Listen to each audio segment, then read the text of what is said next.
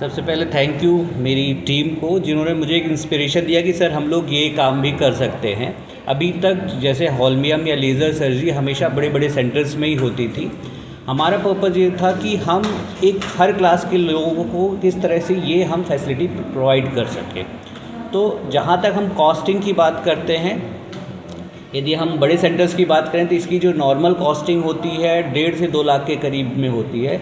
इसको हमने कोशिश किया है कि हम लगभग 80 to 90 के बीच में ही रखें, जिससे कि हर जनरल पर्सन जो सोच सकता है कि हाँ हमें ये सर्जरी करानी है, और जो अभी तक जो PCNL के नॉर्मल हॉस्पिटल में जो PCNL के चार्जेस, उसी चार्जेस में हम लेज़र सर्जरी की हम प्रोसेस करके देंगे।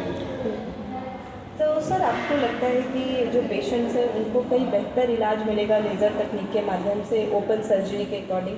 यस, अगेन मैं तो अपनी टीम को ही कहूँगा, डॉक्टर जैद हैं, डॉक्टर विक्रम हैं, they have done more than 500 surgeries specially from the laser. That is a really big achievement.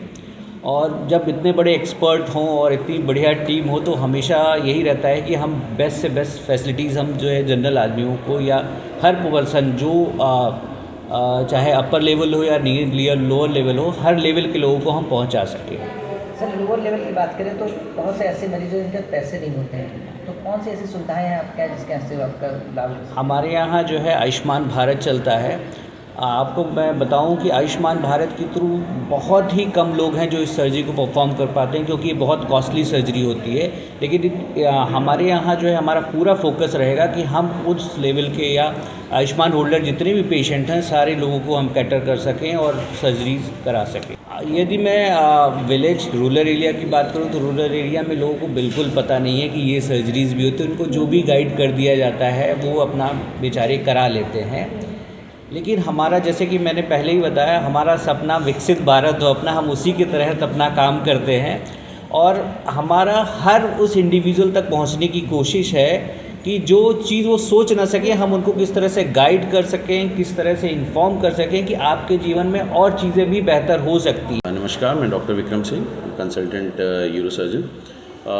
RIRS या फ्लेक्सी URS जिसको हम बोलते हैं, जो प्रोसीजर डॉक्टर जैद ने जैसा बताया कि लेज़र के माध्यम से पेशाब के रास्ते मरीज़ के हम जाके किसी भी प्रकार की पथरी को तोड़ सकते हैं, जिसमें लोअर लिमिट कोई नहीं है। इवन हम जो छोटी पथरियाँ जो मरीज़ को अगर दिक्कत दे रही हैं तो उनको भी तोड़ा जा सकता है, चाहे वो 4 mm की हों, 5 mm की हों। और बड़ी में जितना कि हम मानते हैं कि 15 से 18 mm तक की पथरियों को ही इस माध्यम से तोड़ सकते हैं।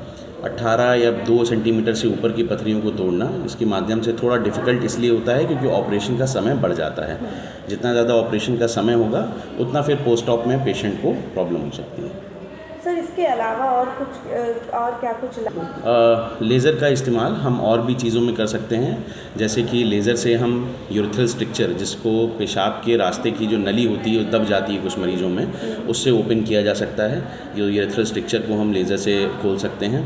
और दूसरा, जैसे लेज़र का इस्तेमाल TURP, जिसको कि हम प्रोस्टेट की सर्जरी जो कि कॉमनली यूज़ होती है, जो दूरबीन विधि से की जाती है, उसका एक ऑल्टरनेटिव सर्जरी होलेप कहलाता है, जिसको हम holmium nucleation of the prostate बोलते हैं, होल्मियम लेज़र। उससे भी हम बहुत ही ईजिली और कम टाइम में प्रोस्टेट की, इवन जो बड़े साइज़ के प्रोस्टेट हैं जैसे 100 ग्राम के ऊपर के प्रोस्टेट, उनको आसानी से और जल्दी करा जा सकता है।